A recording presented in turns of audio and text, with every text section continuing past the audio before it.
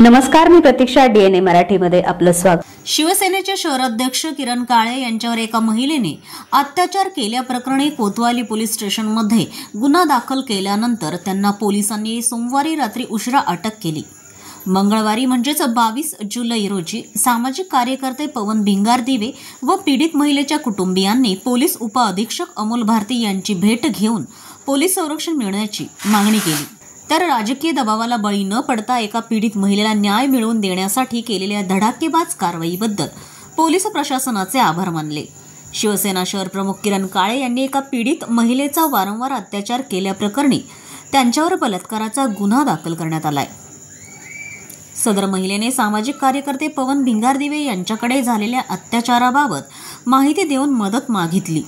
भिंगारदिवे यांनी त्या महिलेला न्याय मिळवून देण्यासाठी पीडितेला कोतवाली पोलीस स्टेशनमध्ये घेऊन जाऊन पोलीस निरीक्षक प्रताप दराडे यांची मदत घेतली आणि किरण काळे यांच्यावर सदर महिलेच्या फिर्यादीवरून गुन्हा दाखल करण्यात आला. पोलिसांनी त्यांना रात्रीच अटक केली. मात्र आरोपी हे एका राजकीय पक्षाचे पदाधिकारी व गुंड प्रवृत्तीचे असल्याने त्यांच्याकडून जीविताला धोका असल्याचा आरोप करून पवन भिंगारदिवे यांनी स्वतःसह पीडित महिलेला पोलीस संरक्षण देण्याची मागणी केली आहे.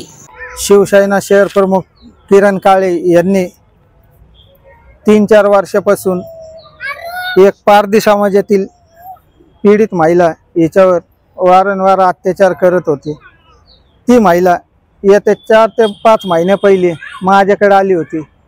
माझ्याकडे आल्यानंतर मी तिला न्याय देण्याचा प्रयत्न केला. यासाठी मी कोतवाली पोलीस स्टेशनचे PI दराडे साहेब यांची मदत घेऊन काल रोजी किरण काळे यांच्यावर 376 प्रमाणे गुन्हा दाखल केला. किरण काळे यांच्यावर गुन्हा दाखल झाल्यानंतर त्यांना रात्री उशिरा अटक करण्यात आली.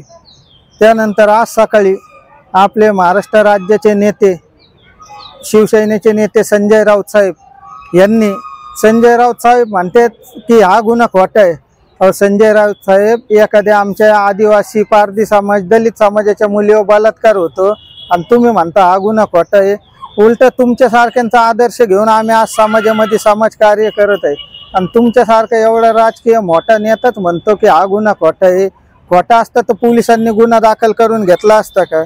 उलट संजय राऊत साहेबांना माझी विनंती की त्यांनीच या गुन्ह्यात मदत करून किरण काळे यांना कशी सजा लागेल याचा विचार करावा आणि तसंच राऊत साहेबांनीच आम्हाला मदत करावं. दुसरा विषय असा, हे जे किरण काळे हा गुंड प्रवृत्तीचा माणूस आहे.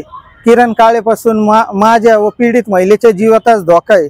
त्यामुळे आम्हाला तात्काळ SP साहेबांनी पोलीस संरक्षण द्यावे एवढी मागणी करतात. जे DYSP भारती साहेब यांची भेट घेतली तर यांची भेट घेण्याचे कारण एवढं की भारती साहेब व पूर्ण पोलीस प्रशासनाने आमच्यावर विश्वास टाकून जो गुन्हा दाखल केला त्याबद्दल आम्ही त्यांचे आभार मानण्यासाठी आज भेट घेतली आणि आमच्या जीवितास धोका आहे असं त्यांना सांगून पोलीस संरक्षणाची मागणी केली आहे. पीडित महिलेला गुन्हा दाखल केल्याबद्दल साहेबांचा आम्ही आभार मानायला आम्ही आलतो इथे आणि त्यांनी आम्हाला न्याय द्यावा आणि पीडित महिलेला संरक्षण द्यावा हेच विनंती. प्रतिनिधी मुंतजीर शेख, DNA मराठी, अहिल्यानगर.